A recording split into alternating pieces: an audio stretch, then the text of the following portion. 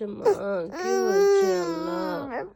কষ্ট হচ্ছে আমার বাচ্চা।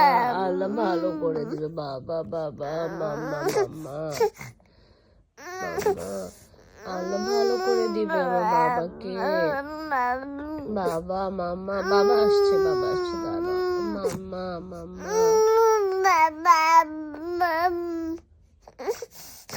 বিফোর স্টার্টিং দ্য ভিডিও আগেই বলে নিই, আমার ঠান্ডা লেগে ভয়েসের অবস্থা খুবই খারাপ। কোল্ড ফ্লু আর কি, যেটা সোর থ্রোট এভরিথিং। তো ভয়েস ওভার দিতেও অনেক কষ্ট হচ্ছে। বাট আনভিকের সার্কামসিশনের ব্যাপারে অনেকেই আস্ক করেছেন, অনেকেই খোঁজখবর নিচ্ছেন, অনেকে অনেক কিছু জানতে চাচ্ছেন।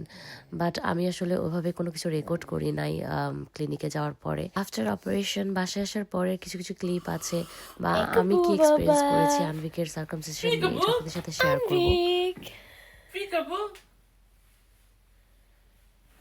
মাশাআল্লাহ, ব্রেভ বয়। আনভিক একটা ব্রেভ বয়, তাই না বাবা? Peekaboo peekaboo. আনভিকের আজকে কি হয়েছে?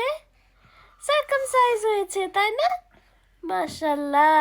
সার্কামসাইজন, সুন্নাতে খাতনা বা মুসলমানি, যে যেটাই বলেন, এটা আমার কাছে মনে হয়েছে একটা বড় operation. I mean it is operation actually. এটাকে আমরা বাংলাদেশে একটা রিচুয়াল হিসেবে পালন করি। It's a Islamic ritual. যদিও কোরআনে এটার কথা বলা নেই, বাট হাদিসে এটার কথা উল্লেখিত আছে।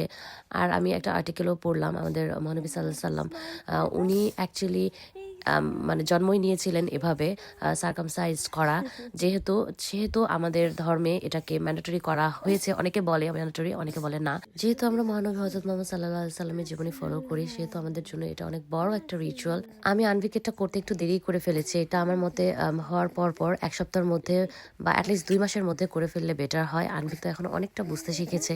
তো ওকে যখন লোকাল অ্যানেস্থেসিয়া দেওয়া হয় তখনই ও কান্না শুরু করে, তারপরে ও কান্না থামায় নাই। এটা আসলে ও কষ্ট পাচ্ছিল। আমি একদিক থেকে, ওর বাবা একদিক থেকে ওকে ধরেছিলাম। আর আমি আসলে নিতে পারছিলাম না, আমি প্রচুর কান্না করেছি ওই টাইমে। সো ও আমার দিকে একবার তাকাচ্ছিল, ওর বাবার দিকে তাকাচ্ছিল, দিয়ে চিৎকার করে কান্না করছিল। ও আসলে এটাকে নিতে পারছিল না যে কেন বাবা মা থাকতে আমাকে এত কষ্ট দেওয়া হচ্ছে। বাট যারা করাবেন, যাদের ছেলে বেবি আছে বা হবে ইন ফিউচার, তারা একটু আর্লি করাবেন বা যখন বুঝতে শিখবে তখন করাবেন। বাট এটার পরে ও আল্লাহর রহমতে সুস্থ হয়ে গিয়েছে একদিনের মাথায়। ও এটা রাতের ভিডিও ছিল, রাত 9টার পরে। আর ওর সার্কামসাইজ করা হয়েছিল 4টার দিকে। ও বেশ কান্নাকাটি করছিল আসলে পুরোটা টাইমই। তারপরে রাত 9টার পর থেকে আস্তে আস্তে নর্মাল হয়েছে। আর ওকে ক্যালপল দেওয়া হচ্ছিল 4 ঘন্টা পর পর, অ্যান্ড একটা জেল দিয়েছে যেটা বারবার ওখানে ইউজ করতে হবে। আর হচ্ছে ন্যাপি পরাতে হবে, ন্যাপির মধ্যে বেশি করে ভ্যাসলিন দিতে হবে যেন টাচ না হয় ওভাবে বা ব্যথা না পায়। আর আমরা বাসায় আসার পরে ফার্স্টে ওকে এভাবে ন্যাপি জাস্ট পরায় রেখেছিলাম, নিচে আর কি তেমন প্যান্ট ট্যান্ট পরায় নাই।